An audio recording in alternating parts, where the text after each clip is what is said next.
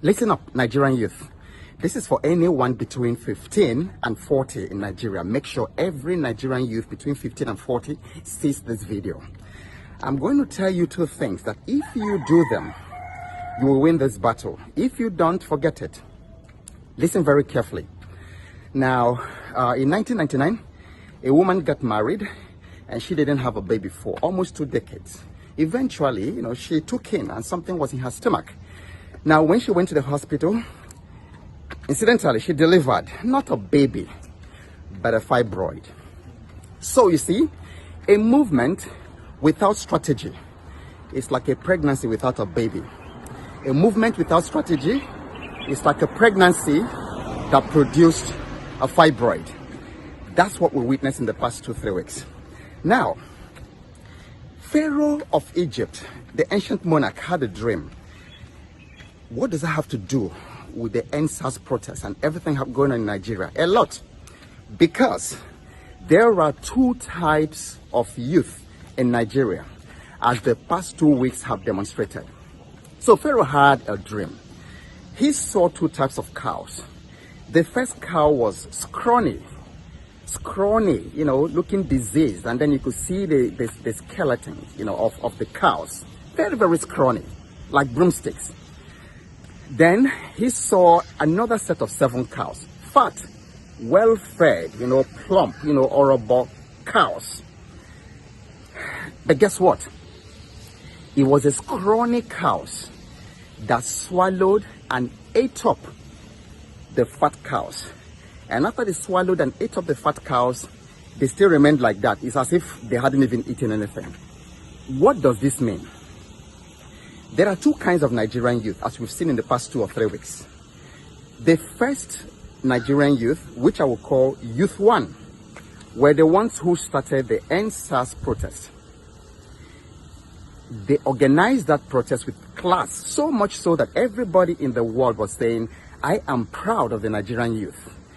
They didn't destroy any car. They didn't destroy anybody's thing. They raised money for people in need. There was a young woman who had prosthetic legs or whose legs were cut off. They raised millions of naira on the spot for her.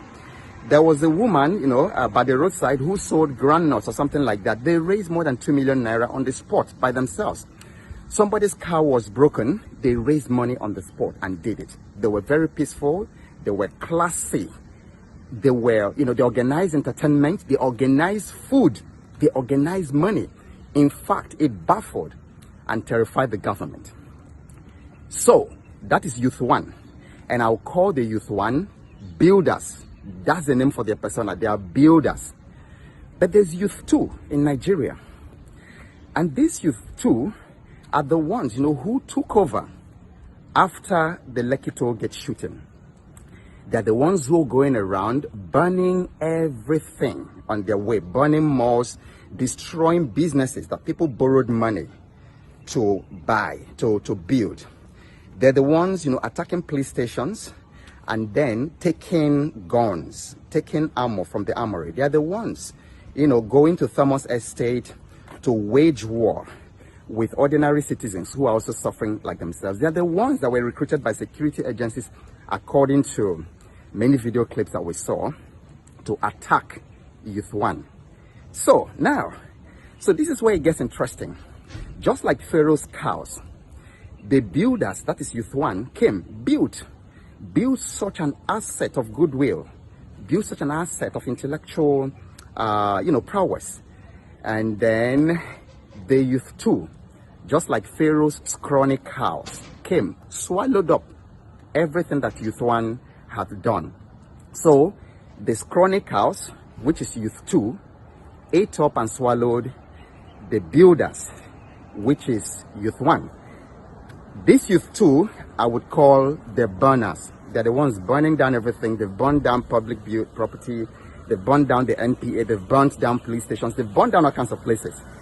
Now, it turns out, Youth 1, therefore, that your greatest enemy, your greatest challenge is not the government. Your greatest challenge is Youth 2. These guys, who are going around and burning everything. And therefore, here are 2 things you must do. The 2 strategies. Number 1, if you are to win this war, you must reach out to youth too. You must reach out to these burners. You see, because they are very accessible to the government. Whatever you build, these politicians would use them to destroy. It's been happening. That's an ancient strategy. They keep doing that. In the north, they will use religion. All they need to do is tell somebody, oh, somebody tore the Quran or somebody urinated in front of the mosque. By the time the wake of the crisis, after the wake of the crisis, thousands of people have been slaughtered by this same youth too. In the south, they will play up ethnic sentiments. Before you know it now, they will say, they will make it Yoruba versus Igbo fight. And then people will now slaughtering themselves in Lagos. So reach out to this youth too. Use reverse psychology. There's a way, you know, to work on the crowd mind, on the mind of the crowd. Reach out to them before the government reaches out to them.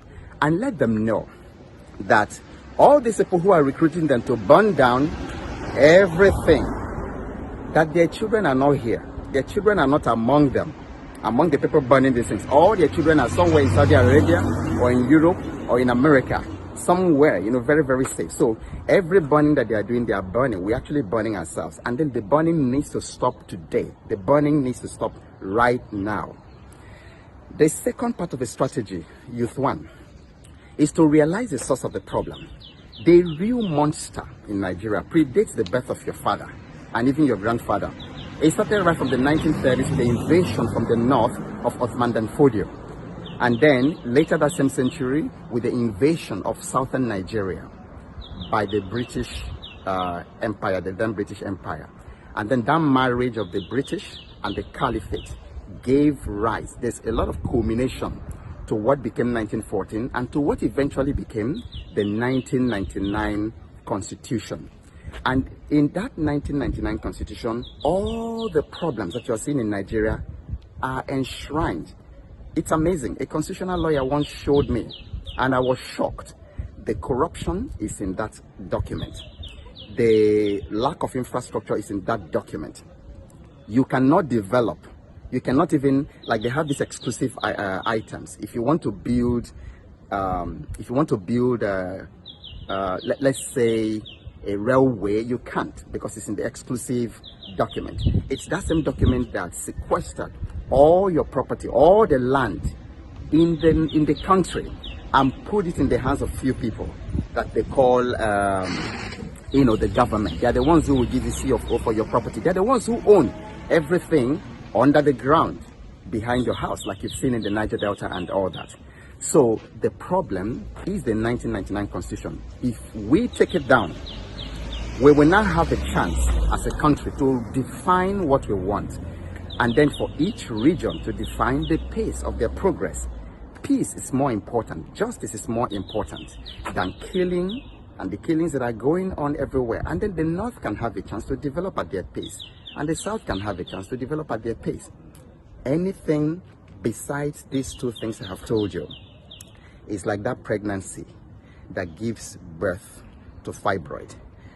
But I trust that you understand this and that we are going to work together to bring down the monster that is producing all these problems and then save the future for our children yet unborn. Now, whatever happens, keep showing up because you have no idea what's coming your way next, and watch this space for more.